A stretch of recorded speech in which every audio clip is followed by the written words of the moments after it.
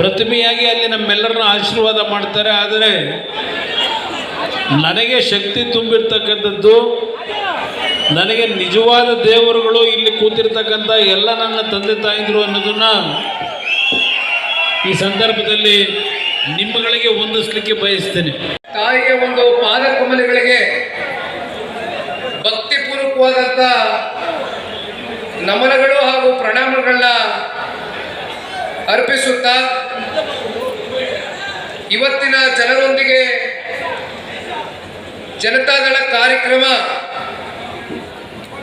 72ನೇ ವಿಧಾನಸಭಾ ಕ್ಷೇತ್ರದ ಸಂಖ್ಯೆಗೆ ಬಂದು ತಲುಪಿದೆ.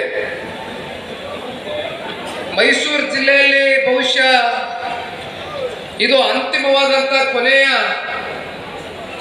ಕಾರ್ಯಕ್ರಮವೂ ಕೂಡ ಆಗಿದೆ. ಚಾಮುಂಡೇಶ್ವರಿ ವಿಧಾನಸಭಾ ಕ್ಷೇತ್ರದ ಎಲ್ಲ ನನ್ನ ಪ್ರೀತಿಯ ಮತ್ತೆ ಆತ್ಮೀಯ ಜನತಾದಳ ಪಕ್ಷದ ನಿಷ್ಠಾವಂತ ಕಾರ್ಯಕರ್ತ ಬಂಧುಗಳು, ಮುಖಂಡರುಗಳು ಜೊತೆಯಲ್ಲಿ ಪಕ್ಷದ ಎಲ್ಲ ಆಧಾರ ಸ್ತಂಭಗಳಿಗೆ ಇವತ್ತಿನ ಈ ಕಾರ್ಯಕ್ರಮದ ಸಂಪೂರ್ಣ ಯಶಸ್ಸು ನಿಮ್ಮೆಲ್ಲರಿಗೂ ಕೂಡ ದೊರಕಬೇಕು ಅಂತಕ್ಕಂಥದ್ದು ಈ ಸಂದರ್ಭದಲ್ಲಿ ಕೂಡ ಕುಮಾರಣ್ಣವ್ರ ಜೊತೆ, ದೇವೇಗೌಡರ ಸಾಹೇಬ್ರ ಜೊತೆ ಮತ್ತೆ ನಿಖಿಲ್ ಕುಮಾರಸ್ವಾಮಿ ಅವರ ಜೊತೆ ಯಾವತ್ತೂ ಕೂಡ ಕಂಕಣಬದ್ಧವಾಗಿ ಇದ್ದೇವೆ ಎನ್ನುವಂತ ಒಂದು ಶಕ್ತಿಯನ್ನ ಚಾಮುಂಡೇಶ್ವರಿಯಿಂದ ಇಡೀ ಕರ್ನಾಟಕ ರಾಜ್ಯಕ್ಕೆ ತೋರಿಸಿದ್ದೀರಿ. ನಿಮ್ಮೆಲ್ಲರಿಗೆ ನನ್ನ ಸಾಷ್ಟಾಂಗ ನಮಸ್ಕಾರಗಳು ಮಾಡ್ತಾ, ನಾವಿಲ್ಲಿರ್ತಕ್ಕಂಥವ್ರು ಯಾರು ಏನಾಗಬೇಕು ಅನ್ನೋದು ಮುಖ್ಯ ಅಲ್ಲ.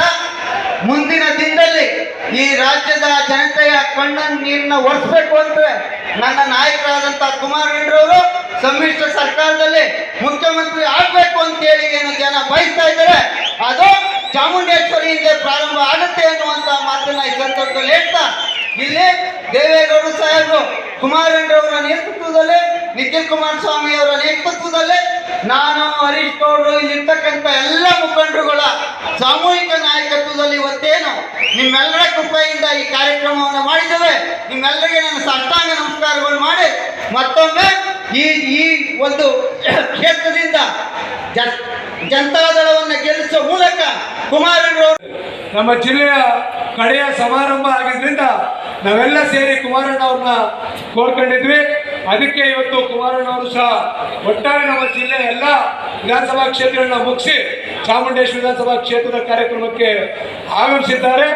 ಈ ಸಂದರ್ಭದಲ್ಲಿ ನಾನು ಹೇಳ್ತಕ್ಕಂಥದ್ದು ಇಷ್ಟೇ, ನಮ್ಮ ರಾಜ್ಯದಲ್ಲಿ 2028ಕ್ಕೆ ಜಾತ್ಯತೀತ ಜನತಾದಳ ಬಿಜೆಪಿ ಮೈತ್ರಿ ಪಕ್ಷ ಅಧಿಕಾರಕ್ಕೆ ಬರುತ್ತೆ.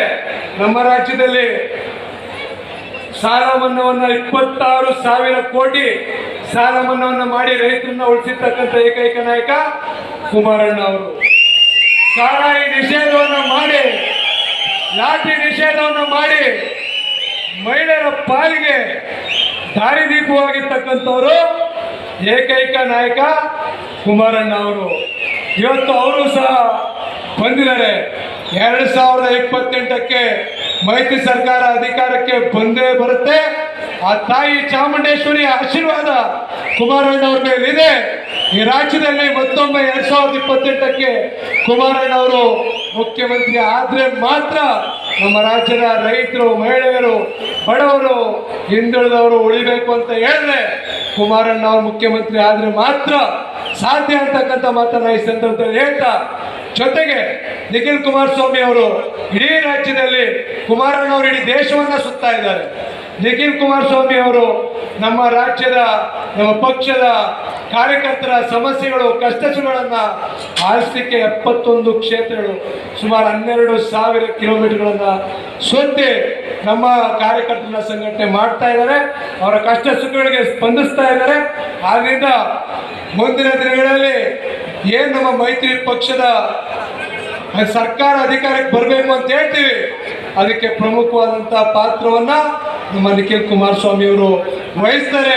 ತಾಯಿ ಚಾಮುಂಡೇಶ್ವರಿ ಆಶೀರ್ವಾದ ಅವ್ರ ಮೇಲೆ ಇರುತ್ತೆ ಅಂತಕ್ಕಂಥ ಮಾತನ್ನ ಈ ಸಂದರ್ಭದಲ್ಲಿ ಹೇಳ್ತಾ, ಇವತ್ತೇನು ಮುಂದೊಂದು ದಿನ ನಮ್ಮ ರಾಜ್ಯದಲ್ಲಿ ನಮ್ಮೆಲ್ಲ ಯುವಕರು, ನಾವು ಯಾವುದೇ ಕ್ಷೇತ್ರಕ್ಕೆ ಹೋದಂಥ ಸಂದರ್ಭದಲ್ಲಿ ನಮ್ಮೆಲ್ಲ ಯುವಕ ಮಿತ್ರರು ಹೇಳ್ತಕ್ಕಂಥದ್ದು ಇಷ್ಟೇ, ಅಣ್ಣ ನಿಖಿಲ್ ಕುಮಾರಸ್ವಾಮಿ ಅವ್ರನ್ನ ಭೇಟಿ ಮಾಡಬೇಕು, ಮಾತಾಡಬೇಕು. ಕುಮಾರಣ್ಣ ಅವ್ರಿಗೆ ಮಹಿಳೆಯರು, ವಯಸ್ಸಾದವರು, ಮಕ್ಕಳು ಎಲ್ಲರೂ ಸಹ ಯಾವ ರೀತಿ ಆಸೆಯನ್ನ ಪಡ್ತಾರೆ ಅದೇ ರೀತಿಯಲ್ಲಿ ಇವತ್ತು ನಿಖಿಲ್ ಕುಮಾರಸ್ವಾಮಿ ಅವ್ರನ್ನು ಸಹ ಆಸೆ ಪಡ್ತಾ ಇದ್ದಾರೆ.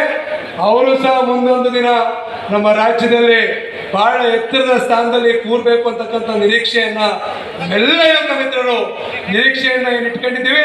ಇವತ್ತು ಚಾಮುಂಡೇಶ್ವರಿ ವಿಧಾನಸಭಾ ಕ್ಷೇತ್ರದಿಂದ ನಾವೆಲ್ಲರೂ ಸಹ ಆಶೀರ್ವಾದವನ್ನ ಮಾಡಿದ್ದೀವಿ.